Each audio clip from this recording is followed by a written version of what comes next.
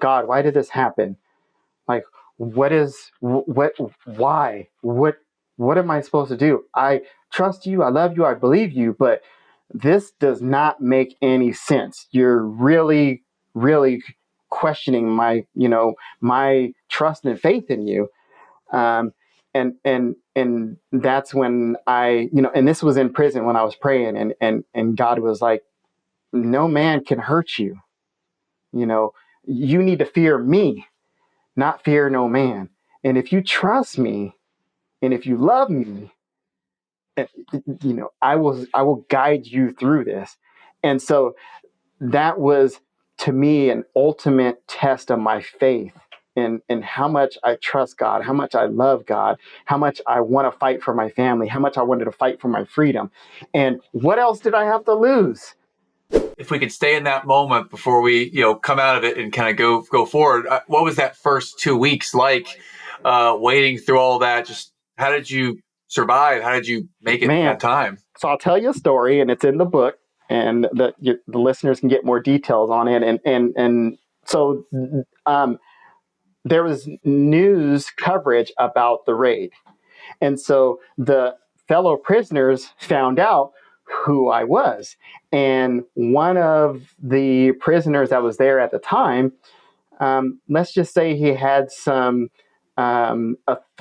power struggles or some authority issues in prison. Because you know what, in prison they can figure out real quick who's a punk, or who's excuse my friend, but who's a bitch, and who are we gonna take food from, or who we're gonna take commissary from, or who we're gonna who's using phone privileges so much, because phone privileges is currency in prison. So it's like, if you're on the Okay. phone, obviously you've got some money. So someone was watching me talking on the phone, and there was news coverage. And so my cellmate, we call him Celly in prison, he's Okay. like, oh, so and so knows who you really are, and he's going to call you out. And he's got a problem with you, and he's going to call you out because he wants to up his rank in the prison amongst the blacks. Okay. And so let's Wow. just say that there was a scuffle. The lucky we didn't get, I wasn't caught in that scuffle by the Bureau of Prisons guards. They heard, because it was in our cell when I got into the scuffle with this other prisoner. And let's just say I walked out prison a week or so later, black eye, and a few other scuff marks and what have you, but Okay. we survived. Oh, goodness. Wow. Okay. I'm still, I mean, this is surreal to hear the story. It's surreal. I know you said it was surreal living it. I mean, just to hear this, that you're running a legit business and everything is taken away. And I'm just shocked, still shocked to hear it. Let's move forward. What happens next? It's important to share today, Ron. What Love to happens next keep was moving. for me to really ground myself in my faith, and that was, God, why did this happen? Like, what am I supposed to do? I trust you, I love you, I believe you, but this does not make any sense. You're really, really questioning my trust and faith in you. um, and that's when and this was in prison when I was praying, and God was like, no man can hurt you.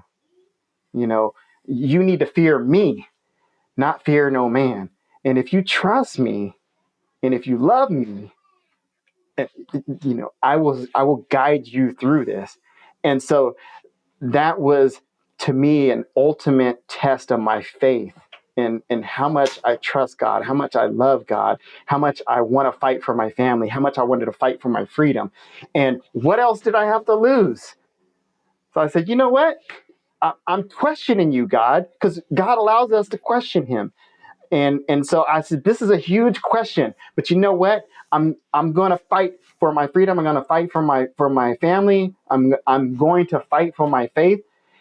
And man, I would never ever wish that circumstance away from happening, because before we got on this recording, it refined me.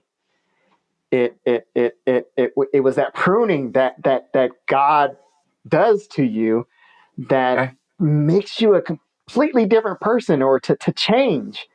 And, when people say, oh, I've changed, or God has made me a much better person, it's like, you don't really understand the depths of those statements until you've gone through it yourself and actually experienced it. And then you're like, yeah, I changed because of that situation. I was refined because of that situation. I was pruned because of that situation. And thank God for that raid, because I wouldn't be here today as a practicing attorney without that.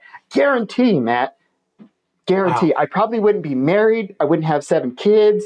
Me and my wife would be divorced. I mean, there's so much shoulda, coulda, woulda that could have happened had that business thrived and survived. And, who knows?